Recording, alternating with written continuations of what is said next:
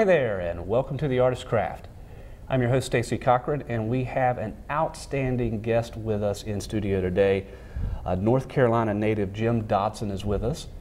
And Jim is the best-selling author of Final Rounds, which was named the Golf Book of the Year by the International Network of Golf in 1996. He's the author of 6 other books, including A Golfer's Life, a collaboration with Arnold Palmer. That was a New York Times bestseller. And the acclaimed biography Ben Hogan, An American Life. A multiple winner of the prestigious Golf Writers of America Award for the column he wrote for Golf Magazine. Dodson now lives with his wife and family in the Sandhills of North Carolina. Thank you very much for being on the show today. Hi, Stacey. Glad to be here.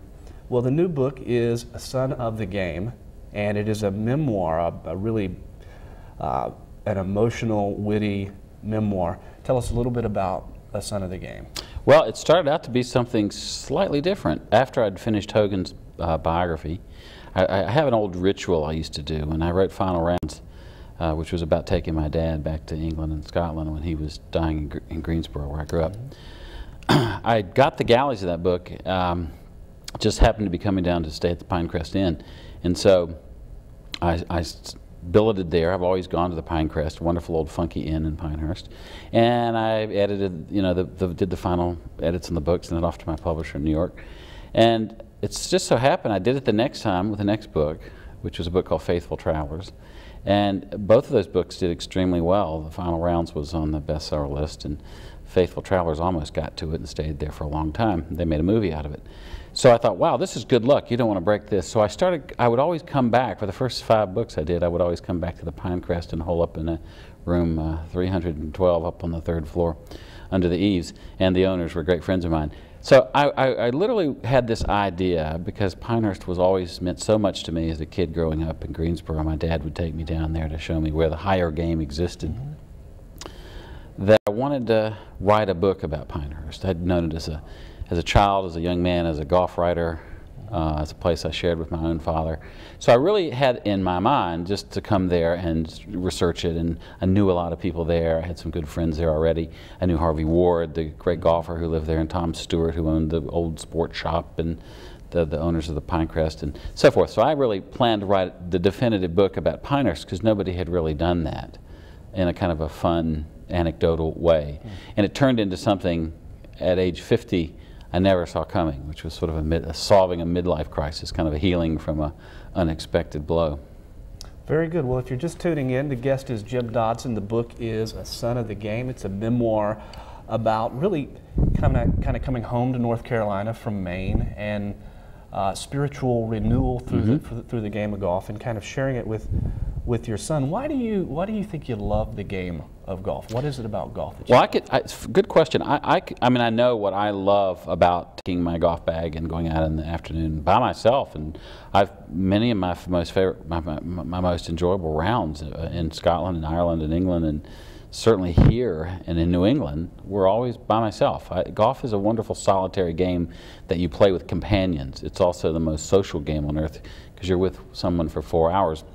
And as the old saying goes, you get a peek in their soul, and you see how they handle adversity or bad luck or whatever.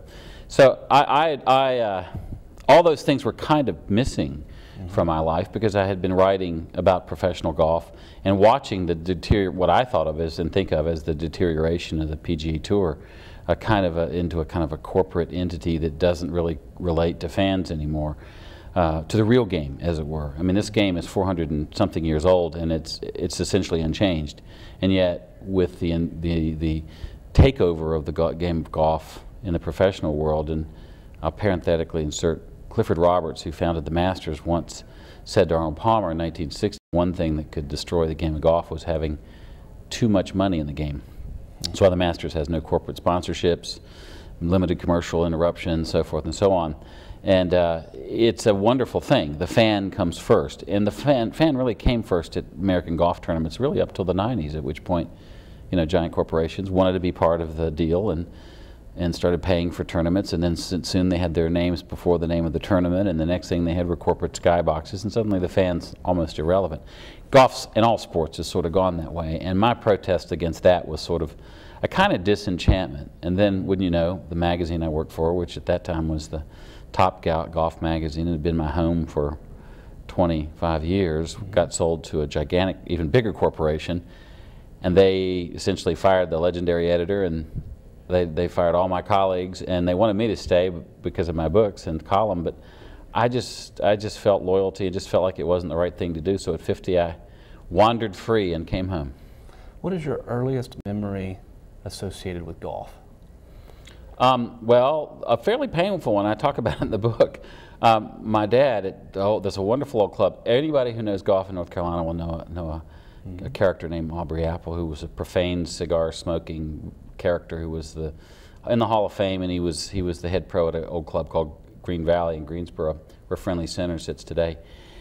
He one day, summer day, spring, I guess it was probably early summer day, late spring day, and my dad had made me learn about the game and learn the protocols of the game, and until about age 13, and he took me to allowed me to come out and play with his regular group of guys at Green Valley, and we played around to the 14th, 13th hole, and it was a par 3. I hit the shot onto the green, had a little putt for a birdie. I was very excited, missed the putt, and slammed my putter into the green and buried it to the hilt.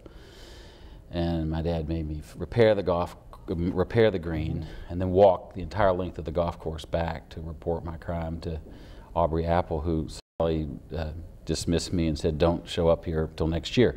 And a week later, and I was horrified and embarrassed and angry as heck. And sure. A week later, my dad on a Sunday said, "Get your bag," and after church we drove down the country road back through in those days it was a little longer down to Pinehurst. The roads were kind of country roads. This is would have been 1966 and 67, and he took me we drove in, and I saw this place. I thought, oh my gosh, it looks like the White House. That was the Carolina Inn, or the Carolina Hotel rather. And we drove. I'd never laid eyes on Pinehurst. I thought, my goodness, this looks like heaven, with these winding, graceful roads, gorgeous cottages, and golf courses everywhere. So he drove me past number 2 and said, if you learn to behave, you can sometimes eventually make it there, and you can play that course, but not today. So he drove on, and he pulled in a place called Mid Pines, which is also a Donald Ross course, a wonderful old resort in Southern Pines. And I had no idea. He set this up beforehand. We went in, and there was Julius Burris, whose brother was the pro. Burris had won the U.S. Open a couple years before. And Burris says to me, hands me a visor and says, "Do you like golf, son?" You know, I said, "Yes, sir." You know, and he's like, "You know, real golfers don't beat up golf courses and throw their clubs." And you know, I was just blown away. And he signed my thing and my cap, and we went out. And my dad said, "You know, I think you may have learned a lesson here." And I said, "Yes, sir." And all right, get your clubs and we'll play. So we played that day, and that was the first time I'd ever played a full golf course. The irony here is that, I mean, I did throw clubs, just never in my father's, at least for a few more years, in my father's company again. The guest is Jim Dodson. The book is A Son of the Game. We've been talking a little bit about some of the memories that form the basis of this and another of your memoirs as well. Why did you originally want to write A Son of the Game? Well, I have I have a young son myself, and I have a daughter and a son. My daughter had wonderful abilities, but never really, I think because they grew up in fairly elite circles of the game at Bay Hill and at Arnold's Place, and you know, and around the tour at times, it was too familiar to them. So I wanted to pass. I was hoping, as every golf parent does, hope that my kids would want to play golf, not for what they could get out of it or go to college on a scholarship or make money, but to simply enjoy. I don't think there's a better game for making really deep friendships and lasting friendships than golf. And Pinehurst was, when I knew I was coming back here to be the writer in residence, I had been teaching writing at Hollins, and I came back to the Pilot with this unconventional offer that brought me back. And I thought, wow, this is a great opportunity. I'd been wanting in my blood to come back to North Carolina for at least 10 years. So I you know, the idea of passing, well, Harvey Ward, who was a wonderful golfer, was dying, and he and I had talked about collaborating on a wonderful book about his unknown story. He was probably the greatest golfer who lived that nobody's ever heard of outside of North Carolina or golf circles. So I came to say goodbye to Harvey, ended up staying. And then when my own son was approaching 13, 14, 15, he was playing golf, was on the golf team. And I wanted him to have the same kind of experience. He could accept it, embrace it, reject it, whatever, but I wanted him to have a clear, it's a little bit like spiritual faith. I mean, you can only give your child all the experience, and they get to ultimately make their mind up. Sure. And I see golf as sort of a quasi-spiritual thing that way. And anyway, so I wanted him to have that. So that's a story that underscores much of the book, is bringing my son Jack, who is now a freshman at Elon, ironically, to the game, and it was a very sweet year in that way. Has he read the book? He has. He was the first to actually read it. I was a little nervous because, you know, in all my books, my family jokingly calls it, these are the family exploitation cycle of writing. Dad's writing a book and everyone runs for cover. And they've liked my books, loved my books, I think. My daughter loved hers, and my son and I wrote another one. We tried to go around the world this summer of 2001, and got about halfway there, and it was a funny kind of goofball adventure. But I'd never explored this terrain with him, and certainly North Carolina, even though he'd come down here a lot as a kid, was not it's partly his ancestral homeland. So I was curious what he would make of it, because it's a very I think any parent who has a child, especially a child who loves golf, will relate to the struggles that you have emotionally. Are you pushing the game? Are you trying to teach them lessons? There's a difference in sort of conveying lessons and teaching things and forcing things on them. And that's a fine line we all struggle with as parents. Let's talk a little bit about the difference between writing a very revealing memoir about yourself and writing a research-heavy book like the Hogan book and the collaboration with Arnold Palmer. Do you approach the writing of those two different kinds of books differently? When you sit down to a computer, are you differently prepared for? Yes and no. I mean, I write a 2,000-word essay every week for the pilot, which is fun. I mean, essay writing is its own version of writing a book. I mean, you have a beginning, a middle, and end. It's similar in some ways. The Hogan book took a lot of research. It took almost a year and a half of research. My next book is a big book about the early PGA Tour and Sam Snead and Byron Nelson and Ben Hogan and how they created it. Fortunately, I have a lot of that research done, but there's a lot more people I need to speak to. So you gather for that kind of book, like a reporter, you really just gather lots of notes. I'm an oddball writer. I cut my teeth on the afternoon paper in Greensboro, the Record.